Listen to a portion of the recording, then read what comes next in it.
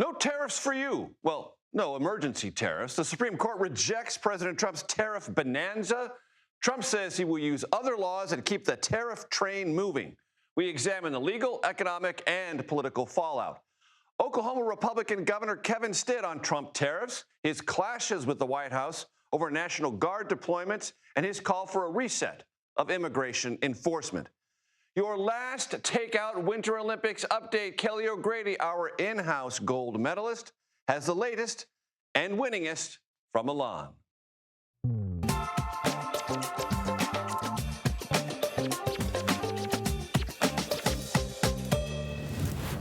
Hello, everyone. I'm Major Garrett in Washington. Welcome to the Takeout. First, what the Supreme Court said.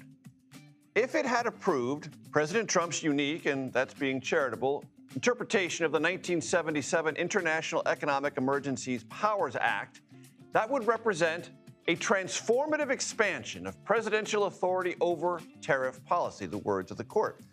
The president, the court ruled, must point to clear congressional authorization to justify his extraordinary assertion of that power. He cannot. Second, what the president said. It's my opinion that the court has been swayed by foreign interests and a political movement that is far smaller than people would ever think. They're just being fools and lapdogs for the rhinos and the radical left Democrats, and not that this should have anything at all to do with it. They're very unpatriotic and disloyal to our Constitution. Remember, RHINO stands for Republican in name only, a partisan slander rarely, if ever, applied to members of the Supreme Court. Odder still, President Trump leveled that slander against two of his own appointees, Neil Gorsuch and Amy Coney Barrett, both of whom sided with the majority. Also, to hear the president tell it, opposing him on tariffs is an act of disloyalty to the Constitution, even though the Constitution in Article 1 clearly states all bills for raising revenue shall originate in the House of Representatives. As the president frequently reminds us, tariffs raise revenue. Now, Congress has given presidents some tariff powers. They're constrained and they have kind of a process behind them.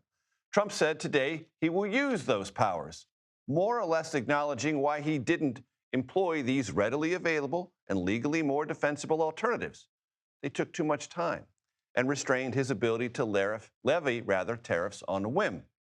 So, to sum up, tariffs will stay in many different forms.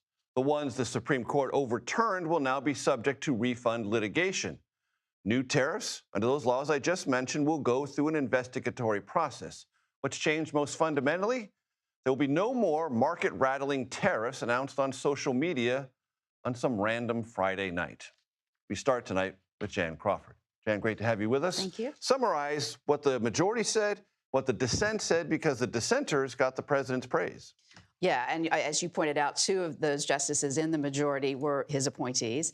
And the Chief Justice, of course, John Roberts, was the one who wrote the decision that he loved 2 years ago on presidential immunity. So, you know, now these that things go back and forth. Yeah, I mean, the Democrats made some of the same arguments we heard from Trump today when they were on the other side. So, but, you know, the justices in that majority decision basically said that this emergency trade law that Trump was pointing to didn't authorize tariffs. It said presidents could regulate imports and a bunch of other things, but nowhere does it say presidents can impose Historically tariffs. been used for sanctions and the freezing of assets.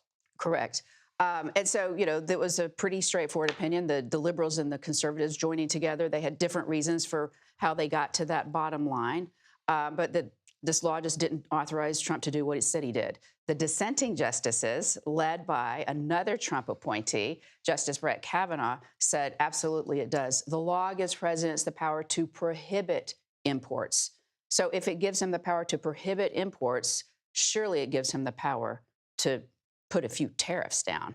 That it's just common sense. And then Justice Kavanaugh, writing for the main dissenters, pointed out that there's all these other laws that Trump could turn to. Although, as you suggested, there's some more procedural hoops. And I think the problem with that is, as you rightly point out, is that they take more time. You've got to go through these hoops to do it, and there are time limits. The one he's cited today that he's immediately doing is a 5-month time limit, unless Congress approves it. And it also has a cap of 10%. So that really takes away Trump's power to kind of use this hammer to threaten 50% tariffs, indefinite tariffs, which is what he was doing under the emergency law. These laws just are not going to be as effective for him. And before I let you go, Jan, you watch the court very closely. In order of magnitude, how would you rate this particular majority opinion in relation to this policy initiative from this White House? Oh, I think this is one of the most significant Supreme Court losses for a U.S. president. And why I say that is because you can see from Trump's reaction today. I mean, he is furious at certainly the three conservatives, but just, not pulling any punches with the whole court. He's been beating this drum for months now that he had to win this case. This was really the cornerstone of his economic policy. Courts typically, that's a pretty big ask. We saw when President Obama had his signature piece of legislation, the Affordable Care Act, that the administration pulled, the Supreme Court pulled back. The Chief Justice refused to go along with that. They did not strike that down. So for the Supreme Court, this Supreme Court, three conservatives joining three liberals to really kind of invalidate a foundational part of the president's economic agenda. There are other tariffs and there are other things he can use, but this was the ball game in a way. That is a highly significant loss for a president, and I think you've got to put it right up there with some of the big losses, going back to whether presidents could seize the steel mills or whether they would have to turn over their notes, or claim executive privilege. Jan Crawford, I really appreciate that last bit of context. Thank you so very much. Thanks. Our Willie James Inman joins us now from the White House in the North Lawn. You can see him now. So lots of reaction from the White House, and the president said there are going to be some other tariffs and that he will press on. Yeah, that's right, Major. And the president continuing that tariff threat. Remember, these tariffs were in large part not only part of the president's economic agenda, but his foreign policy as well. He's used these tariffs to, as he puts it, end wars and solve other problems around the world. And the Supreme Court really just took away his lever to raise and lower those tariffs on a whim from the Oval Office. We, of course, know, as Jan perfectly pointed out, the tariffs, a baseline tariff of 10% on global goods has limits to it. The president is seemingly saying that he doesn't need Congress for these tariffs, but he certainly will need Congress if he wants to extend these 10% tariffs that he has put in place. In 5 months, he will need Congress's buy-in to do just that. On top of that, there are other tariffs that the president is targeting, other powers that he's going to seek to use that require a lot more research and input and investigation in terms of how he will be able to go about doing that. They have national security concerns with some of those tariffs. Some of them will have to be country-specific or industry or specific to certain goods. So it will take a lot more time for the president to be able to go about his tariff policy push, even though, as the Supreme Court put it today, the president doesn't have this authority. Americans certainly agree in large part with this tariff push against it. Rather, they don't want to see these tariffs. A majority of Americans, if you look at public polling, including our own, don't want to see these tariffs, believe that the president is not focusing enough on lowering prices. I anticipate we'll see him out there on the road a bit more ahead of the midterms, talking about not only those prices, but this tariff policy. Oftentimes he'll talk about tariffs and how they've helped American industry, although we have seen some of those prices go up, Major. Willie James Inman at the White House. Thanks so very much.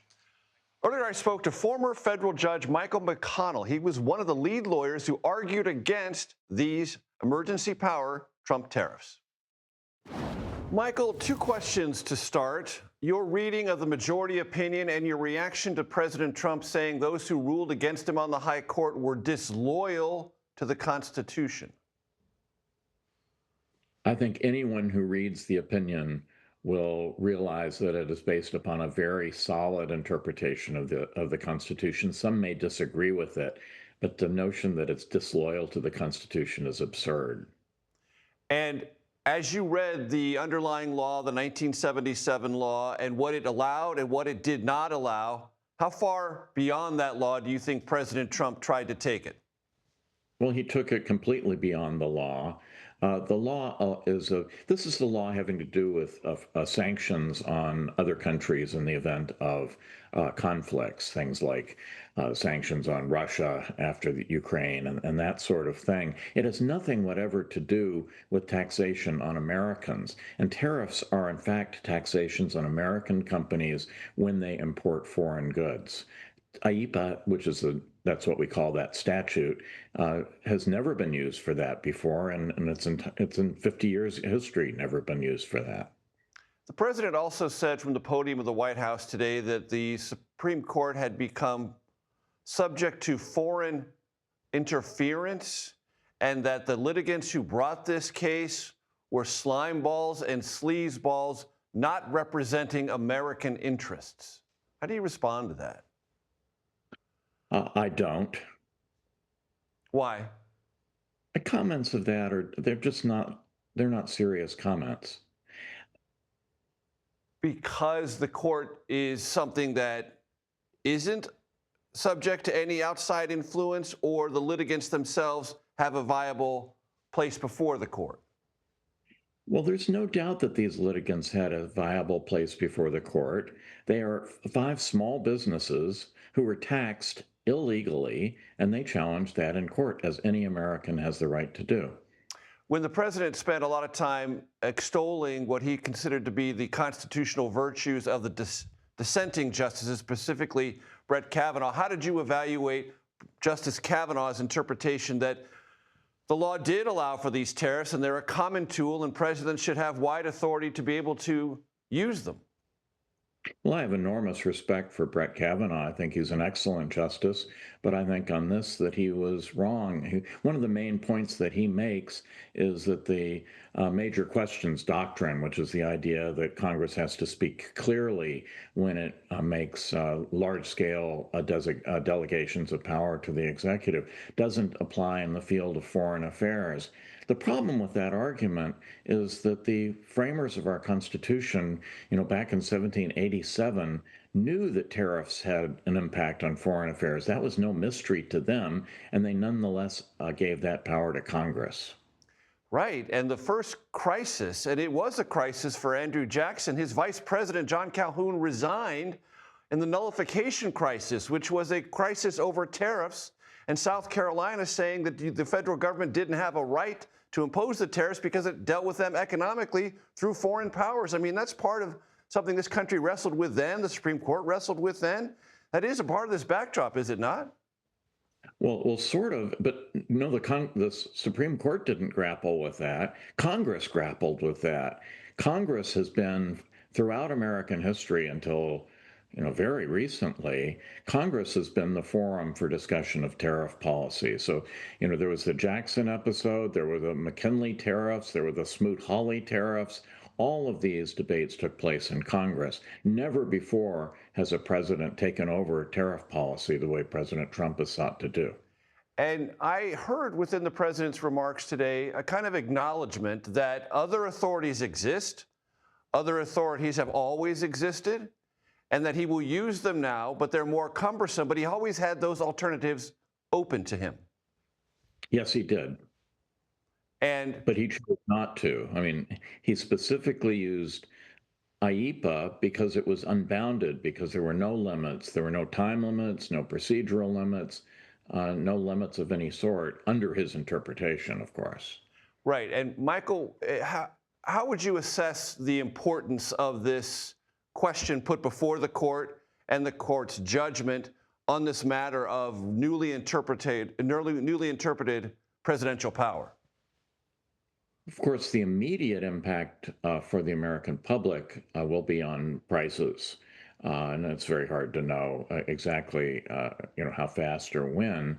But the longer, and I suspect most important impact over the next, half century is going to be that this requires that the president stay in his lane, that the president has very important powers in our system, but he doesn't have unlimited powers. And if he's going to exercise a power that has been delegated to Congress, he has to be following congressional will and carrying out a congressional statute. Last question, Michael. The president said this opinion said nothing about refunds of these tariffs. and he said we're going to be in court for 2 to 5 years. That suggests to me the administration has no intent, at least currently, to initiate the refunds. Is that how you read it? And what do you think that leaves the litigants who sought relief before the High Court on this particular matter? I think my clients, the 5 small businesses in this case, will be entitled to their refunds immediately. That's what they sued for. They brought the claim. The government, at no point did the government argue that there was any reason not to give them the refunds to which they're entitled, other than their legal argument that the tariffs were properly imposed.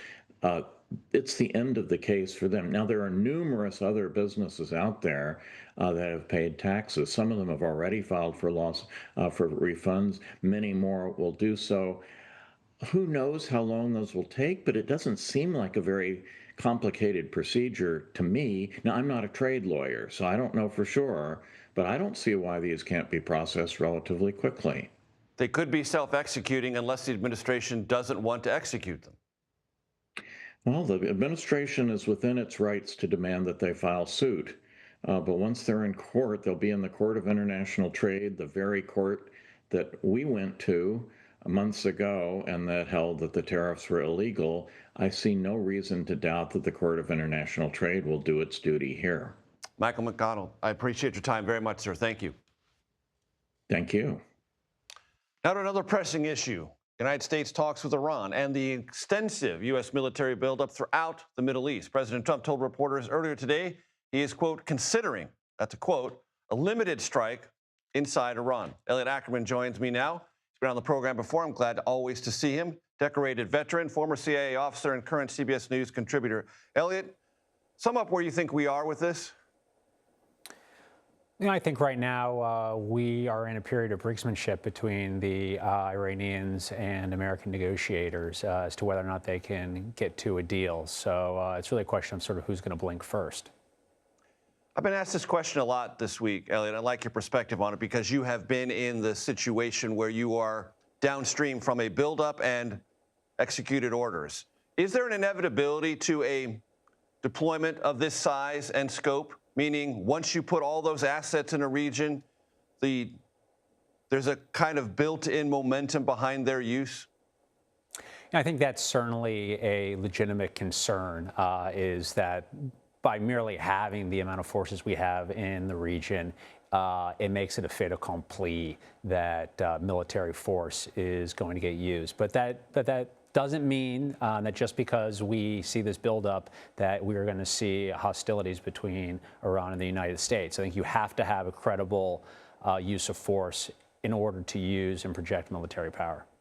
From your perspective, how do you think the administration prioritizes things? My reporting a lot of our colleagues here is that it's nuclear, it's ballistic missiles, support for proxies, and probably in that order.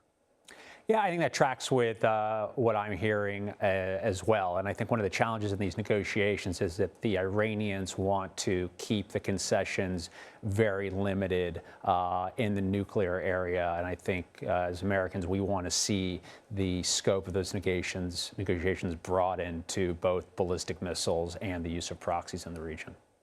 How do you interpret the reluctance of some of our allies to provide basing assistance for anything that might be required to conduct a large-scale and prolonged attack, and some of the very public comments from our partners in the region, like they're not necessarily comfortable with a full-scale attack on Iran because of all the things it could destabilize? Yeah, I think we were really getting into the realm of three-dimensional chess when it comes to Iran. I mean, obviously, we had the protests last month that were very destabilizing. Moments it seemed as though the regime would topple. And for some of our partners, for instance, like the Saudis, the idea of massive regime change and uncertainty in Iran isn't necessarily good for the Saudis. So I think we're seeing a lot of hesitance with some of our Arab partners in participating in this round of strikes because they don't necessarily know where they're going to go. And I don't think we know either. So it's a period of uncertainty in the region, unlike any I've seen, at least in decades. There are times when President Trump will drop a fact into a set of remarks that people had not heard before, and he did that today. at his press briefing talking about the Supreme Court tariff decision. He was asked about Iran. He said 32,000 Iranians died as a result of suppression of protests in the streets. That's a highly specific number, Elliot. It struck me and a lot of people as new news. How did you evaluate that? Well, I think it gives context to the negotiations that are going on right now. I mean, if we look back in the last, year, 2 years, 3 years, I mean, the Iranian regime is as weak as we've seen it in decades. And regardless of what the Iranian regime is saying with regards to their capabilities of counterstriking against the U.S., at home, there's massive internal political forces that would make any type of long-term hostilities with the United States very, very fraught for them. And so really for the regime, the number one issue that they're facing is one of survival. Always great stuff. Elliot Ackerman, I appreciate your time, sir. Thank you. Thank you. Still to come, Oklahoma Republican Governor Kevin Stitt is sometimes at odds with President Trump. The chair of the National Governors Association joins me to discuss some of the contours of that conflict. Also, early voting underway in Texas for lots of contested races. Democratic Congresswoman Julie Johnson, currently facing a primary challenge from Colin Allred, joins me live. Plus, we take you to Milan for semifinal action in men's Olympic hockey and lots of other stuff. Kelly O'Grady will join us. The Takeout returns in 90 seconds. Welcome back to the Takeout. After a fair amount of back and forth, Democratic Governors Wes Moore of Maryland and Jared Polis of Colorado attended the National Governors Association meeting in Washington today at the White House. President Trump had initially excluded those two from parts of that schedule, and that frustrated National Governors Association Chair Kevin Stitt. Here's my conversation with Oklahoma's Republican governor. Governor, first question, your reaction to the Supreme Court's decision on tariffs, and you and the other governors on a bipartisan basis were with the president this morning, I believe, when he got word about that Supreme Court decision. How did that go down? Yeah, we were with the president at the Oval, or in the White House, actually, when it happened. And first we see Susie leave, and then Rubio and Bondi, and I looked at my phone and then saw that it just came out, and the president was, he was disappointed. So, but we support the president in the fact he's trying to reshore jobs, bring manufacturing back to Oklahoma. We've benefited from some of the tariff policies. We just landed the largest, or the first ever smelter that's built, aluminum smelter in the U.S. in 45 years because of some of these policies. And so now it's at the feet of Congress. Will they actually act? Will they actually do anything? And that's left to be seen. The president said today he's not going to go back to Congress. He's just going to use other existing authorities. Do you think those will be enough? You know, my team is still reading the opinion. I think it's like 150 pages long. And so I know there was other different avenues the president could use. Whether those need to take Congress, I don't know yet. I haven't really digested the whole opinion. Yeah, I mean, we support the president. I mean, the big goal here is, hey, let's make sure that these countries aren't taking advantage of us. There's reciprocation. We're reshoring, bringing jobs back. It's national security issues. It's supply chain issues. And, it was working for the most part. There's obviously complications. Even in Oklahoma, we were getting tariffs for like equipment coming in for building something in Oklahoma. And then when you bring equipment in to do that job, that was a complaint by some of the companies moving in. And so there's always a few complications, but overall, let's get jobs back in the U.S. And I think that's the big point that the president's trying to do. Real quick, how are you doing on the wildfires? You know, we're hanging in there. We've burned about 180,000 acres so far have been burned. I've got all of our forestry assets, all of our law enforcement. We've had to evacuate like 3 towns, but fortunately, not a lot of. There's been 0 deaths. We haven't had very many structures burned, and so we're on top of it. But the low humidity and really high winds, we're not out of the woods. It could be really, really bad next week as well. I want to talk to you about 2 related topics. National Guard deployments in other states without their approval and a reset you called for on immigration enforcement. Walk me through both, because you have clashed with the president about this, and he's called you some nasty names as a result. Yeah, well, first off, the National Guard issue, the president can obviously federalize any troops. My only point was If the shoe's on the other foot and a Biden administration sent New York National Guard into Oklahoma, we would lose our minds, right? So all I said is, hey, let's let Illinois, fix Illinois issues. Let's let Minnesota fix Minnesota issues. Oklahoma fix Oklahoma issues. Don't pit one state against another. Don't send troops in over the protests of the governor. And I think that's common sense. Everybody agrees with me on that. On the immigration front, there's broad agreement right now that we have to have secure borders. President Trump won on that issue. It's important to the American people to know who's coming in our country. And at the same time, there's broad agreement, get the bad guys out. If you're committing crimes in the U.S. and you're here illegally, we want you out. But now what? What's the end game? I think there's also broad agreement to have immigration reform. Let's give the states the authority to match up employer with employee. We want the rights to have workforce permits in our state, right? Oklahoma's closer to agriculture than Washington, D.C. is. Maryland's closer to their issues than somebody in Washington, D.C. So we think the governor should have a seat at that table. How uncomfortable were you watching things play out as they did in Minneapolis, specifically the deaths of Renee Good and Alex Preddy?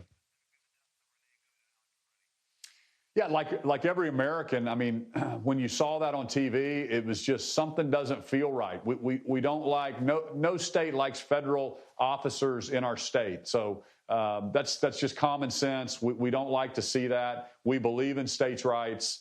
Oklahoma, for example, we're number 3 in the country. Just to give you an example, we're number 3 in the country of getting criminal illegals out of our state, only to Texas and Florida. And we're a much smaller state than them population-wise, but we're number 3 in the country because we work with the feds. First thing I did was I said, I want anybody in our prisons, our jails, our county jails out of our state. I'm out of the taxpayer dimes that have committed crimes that are here illegally. So we work with the feds.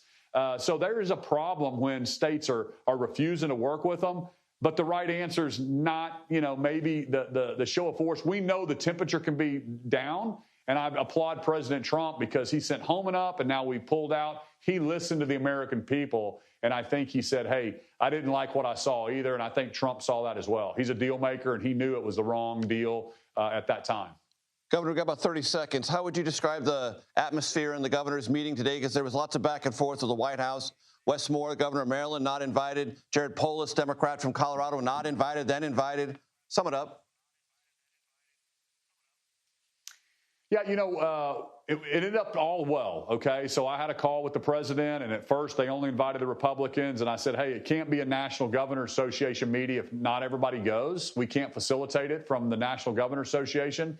And I think the president was getting misinformation from staff because there was 2 meetings. There was the dinner, and then there was the business meeting. And the president rightfully said, hey, no, everybody's invited to the business meeting, and everybody was invited. And so it turned out well. Governor Moore was there. Governor Polis was there. All the Republican governors were there.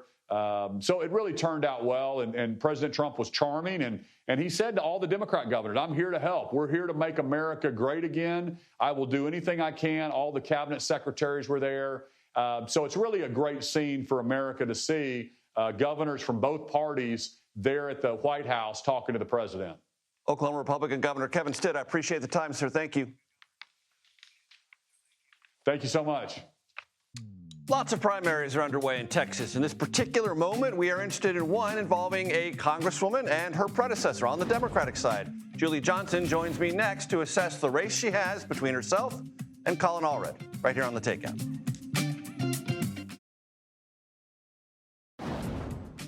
Welcome back to The Takeout. Thank you very much for hanging out with us. Early voting, as we've mentioned on this program, underway in a series of very closely watched primaries in Texas. One of them we've got our eyes on right this second includes Democratic Congresswoman Julie Johnson running against former Congressman Colin Allred. Now, Allred is in that race. Why? Because he dropped out of a bid to become the Senate nominee in Texas. And I tell you, we'll get to that in a second. Congresswoman Johnson joins me now.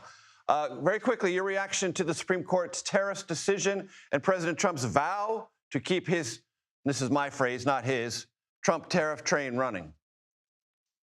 Right. Well, it's about time the Supreme Court finally stood up to Trump clearly exceeding his executive authority. Tariffs clearly will fall within the bounds of congressional scope. And the fact that he actually said, well, maybe I'm just not going to follow that. I'm going to do what I want anyway should be a five-alarm fire to the American people over the separation of powers and what our constitutional limits are of each branch of government. So, what is the state of your race against Colin Allred? Hey, we're feeling really good about our race. I have over 120 endorsements in this race from folks from every level of government, from lots of congressional folks to the precinct chairs and everything in between. We just recently got the endorsement of the Texas Coalition of Black Democrats, the Tejano Democrats, the women, the LGBT community, the U.S. Chamber, labor, the doctors, the lawyers, all of it. And so I'm just really thrilled to have so much support on the ground from people who believe in what I'm doing and the work that we're doing to try to help folks in this district, but also from folks who've worked side by side with me and Colin Allred as well, who've seen us both in action. They've clearly come down on my ledger card as the person they want to see go back to Congress. Colin Allred has gotten quite a bit involved in the Senate Democratic primary between James Tallarico and Jasmine Crockett. Who are you going to endorse in that particular race? Well, prior to Jasmine getting in the race, I had previously endorsed James Tallarico. James and I, we're in the state legislature together. We both flipped state legislative seats in 2018. I sat next to him on the House floor. He and I are very close friends. I've seen up close and personal what a talented legislator that he is. But that's not to diminish, my respect for Jasmine. I've worked with her as well. She's an incredible human, a great legislator as well. Texas has a bounty of riches in the two of them, and I'm 10 toes down for whichever one of them comes out of this primary to make sure they become the next senator of the state of Texas. Does anything that was said about what James Tallarico might or might not have said about Colin Allred shake your confidence in him? Oh, no, I am not getting in that. Colin stepped in that, and that's his own mess to clean up, and I am staying far away from it. When Congress gets back next week, there will be a conversation. There hasn't been much of one this week about how to fund the Department of Homeland Security for the rest of this fiscal year. Where do you think that's going to land? And should the country and those at DHS employees who are working because they are essential employees but not getting paid be prepared for a long duration of not being paid? Right. Unfortunately, the administration keeps insisting on ICE, violating the constitutional rights of the people of this country, ignoring the rights of the First Amendment, the rights of protest, the rights of unreasonable search and seizure. And until we have some serious reforms of how that agency operates, until they can come in conformity with the law of this land, we are not going to fund it. It's as simple as that. I don't think Democratic demands for how ICE behaves is unreasonable. It's basically saying, please follow the damn law, follow due process, recognize the constitutional rights of the people of this country. You can't just kick people's doors down because you feel like it. And so, but so far they have refused to acknowledge that. And so we need to have a whole scale revamping of that agency. It's operating in a very rogue and unconstitutional way, in my belief. And until they come to the table with some real serious reformations, I have no interest in funding their current system. What are your plans for State of the Union night? Hakeem Jeffries, the Democratic leader in the House, has said attend or not attend, but if you show up, keep quiet, no signage, no antics. Right. I'm going to be here in the district. It's the polls are open, voters are here. And so I've made the decision to stay here and be with my people in the district during State of the Union. I think what President Trump is going to say is just a bunch of ridiculous lies about what his administration is doing and justifications for some very terrible things that are very unpopular with the American people. And I'm going to stay here and be with the voters of my district. And very quickly, Congresswoman, how do you think the Senate primary will turn out in the sense that will Democrats have that long desired but long unfulfilled chance of flipping the state in the U.S. Senate context? Right. Chasing that goal that we've been chasing so long. I think we have real opportunities here in Texas. What I hear from people is people are fed up with President Trump. They're fed up with this administration, but they're really fed up with Republicans who are complicit and failing to exercise their oversight and their duties to kind of rein this in. And so you look at what happened with the state legislative seat, the state Senate seat a few weeks ago. A 31-point shift. I mean, that is seismic. I mean, and I can't emphasize to you enough just what a significant win that is. Tarrant County, which is the home of Fort Worth, Texas, just the neighbor city to Dallas, is the largest Republican county in the country. The largest Republican county in the country. And Trump won that district just what a year ago by 17 points. Taylor Ramett flipped it by 14, but the Latino vote shifted by 50. And then just what a week or two ago, we Very had quickly another now. election in Louisiana, 34-point shift. So people are fired up to vote. I think it's opportunity. The time is now. Congresswoman Julie Johnson, I appreciate the time. Thank you. President Trump is promising to use alternatives after the Supreme Court rejected his emergency use of tariffs. What kind of support might he find from Republicans moving forward? We'll discuss that next, right here on The Takeout. Welcome back. President Trump said today he is going to chart a new course on tariffs using some existing laws to do some tariffs. But it's unclear if Republicans in Congress will offer their support or continue to stay, if they can, out of the sort of firing range of conversation about tariffs. Here's my conversation with the editor of The Dispatch, Steve Hayes, on this topic and many others. The Supreme Court told President Trump, no, you don't have the expansive powers you thought you did on tariffs. The president will clearly be unhappy, but there are other remedies. How do you think this lands from a political perspective, Steve, and from a policy perspective? Yeah, I mean, on the policy side, I don't think the president should be particularly surprised by this. This is something that people were saying was likely to happen, I think, even as he announced these tariffs under these emergency tariffs under EPA, as it's called. So on a policy perspective, I think the White House has been gaming out for quite some time alternative paths to doing the same thing. I think the question will be, how do Republicans in Congress handle this? There's already some suggestion that they're going to try to codify these tariffs through legislation. If they do, it would be one of the first times Congress has done its job, if I have to say, on these matters. But there's a complication there because so many Republicans, including Republicans who are publicly supportive of the president on tariffs, are privately skeptical, and some even opposed to the president. So I think this makes that a knotty process for him. I'm really glad you brought that up, Steve, because it goes to something that I believe is somewhat consistent with some relationships that this president has with Republicans in Congress. They like him to use executive authority because then they don't have to vote on it. But if there's a reconciliation bill, which is something that gets through the House on a majority vote and just through a simple majority in the Senate, then they would have to vote on it. And then this question would be right in their political breadbasket. That's exactly right. And, look, even somebody like Senate Majority Leader John Thune has been a longtime opponent of tariffs and protectionist policy more broadly.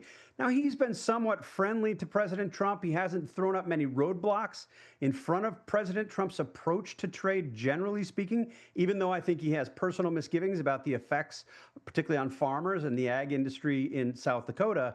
How does John Thune handle something like this? Does he work with the president to try to come up with these alternatives, or does he say, hey, look, I'm a Reaganite on the question of trade and tariffs, and I'm not in favor of this. And by the way, neither is the majority of my Senate Republican conference. I'm always mindful, and President Trump has taught me to be mindful about the importance of his populist appeal. I imagine those close to him will talk about this as a decision that sides with globalists and globalist economic trend lines that have devoured the aspirations of the middle class and the lower middle class in our country, and I've got to fight even harder.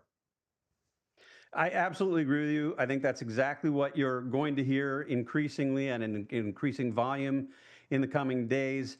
Look, and that has a certain appeal. I mean, there's no question that the Republican Party, the base of the Republican Party, is strongly where Donald Trump is on this. And as I said, you even have some Republicans in Congress who don't agree with the president, who are willing to amplify those arguments because they know that it appeals to his base. So I think you can expect that the president will do this. There may be another side boon to this. Lots of economists have suggested that if the president isn't allowed to continue to impose these tariffs, there will be economic benefits. There are some studies that have shown as many as 96% of the costs of these tariffs has gone on to American consumers, not the foreign companies and foreign countries that the president has suggested. In these refunds to those companies, are there economic benefits? Certainly some of the economists I've talked to think that there are.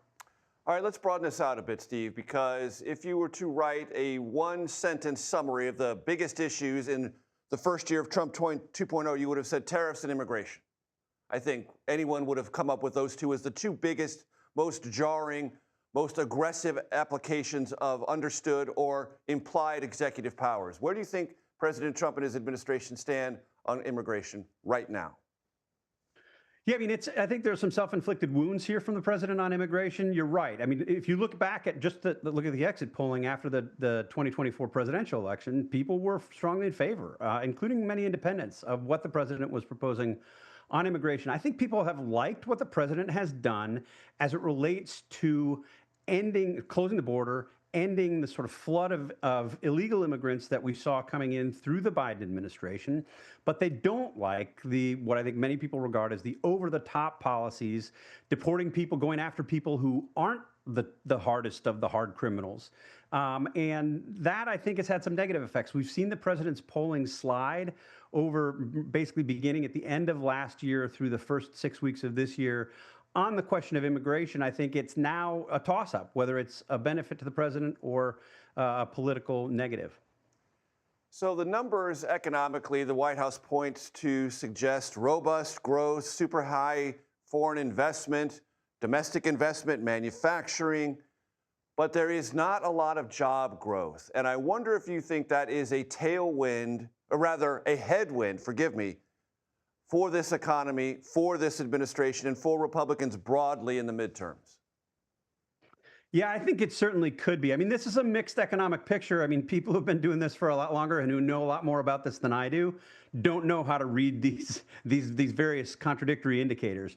But I think if you look sort of broadly at the question of job growth in particular, you have seen a slowing over the first year, and particularly compared to the last 4 years. There's no question that could have real effects as people are increasingly concerned, and there's increased chatter, both among economists, but also among people just having real conversations over their kitchen tables about the implications of artificial intelligence on the job picture and on the economy more broadly. So I do think it has a potential to create some additional challenges for the president to make as he makes his best case to the American public, and Republicans do, that they should retain both houses of Congress and the president's support. Steve Hayes, a pleasure. I hope we'll do it again. Thanks, Major. The Olympic gold medal matchup in men's hockey set. Team USA versus, you guessed it, Team Canada. Kelly O'Grady from Milan. Next. Welcome back. Kelly O'Grady is our Takeout Olympic gold medalist. She joins us from Milan. You have 90 seconds. Take it away. All right, Major, I come with you with good news. USA versus Canada gold medal match on Sunday. We were just at the semifinal. It was the men's hockey team, USA versus Slovakia. And every time the U.S. men's hockey team scores a goal, it plays Freebird in the arena. That is their celebration song. Major, at one point, we were celebrating Freebird, and then 10 seconds later, another goal happens. It was a dominant performance by Team USA. It ended 6-2. But Team Canada, it's going to be a tough one, right? This is the matchup that everyone wants to see, a huge rivalry. The men have not won gold for the U.S. since 1980, right? Miracle on ice. So we are hoping and praying the team does look good. They've gotten better and better with every single match. I'm going to be in the arena. Fingers crossed, Major. Okay, you've got 15 seconds, Kelly. What else do you want to tell us about Milan? Alyssa Liu, so much joy. And what I asked her, I said, what would you tell your younger self? She said, you know what? I wouldn't tell her anything because things should have to figure it out on her own. Such confidence from the new Olympic champion. One thing we do on this show with pretty regularity, frequency, we try to figure things out on our own, and you help us all the time in Milan or in the Broadcast Center in New York talking about economics. Kelly O'Grady, great job. Thank you so much. Happy Friday, everyone. This is The Takeout, relentlessly curious, reliably civil, occasionally clever. The Daily Report coming your way next.